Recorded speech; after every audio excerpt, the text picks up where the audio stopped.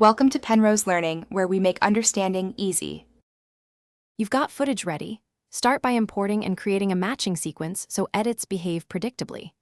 Drag a clip to the new item icon to auto-match settings, then lay primary clips on the V1 and A1 tracks. Once done, enable Snap so clips lock together, and turn on waveforms to align cuts with sound. Make sure track targeting is set for the tracks you'll edit. This prevents clips from landing on the wrong track and speeds the next steps. Now focus on connecting clips precisely. Use the Ripple Edit tool to trim an end and automatically close the gap, which preserves timeline timing. If you need a smooth cut, overlap clips by a few frames and apply cross-dissolve from effects. This creates a natural blend. Use JKL to shuttle through frames and nudge selected clips with Shift plus arrow for frame-accurate placement.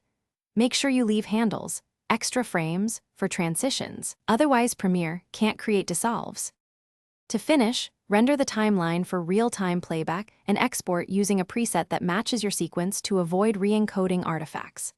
Confirm audio is synced and there are no hidden gaps by zooming the timeline. Use track locks to protect finished tracks. If clips refuse to connect, check that Snap is enabled and track targeting is set to the tracks you're editing.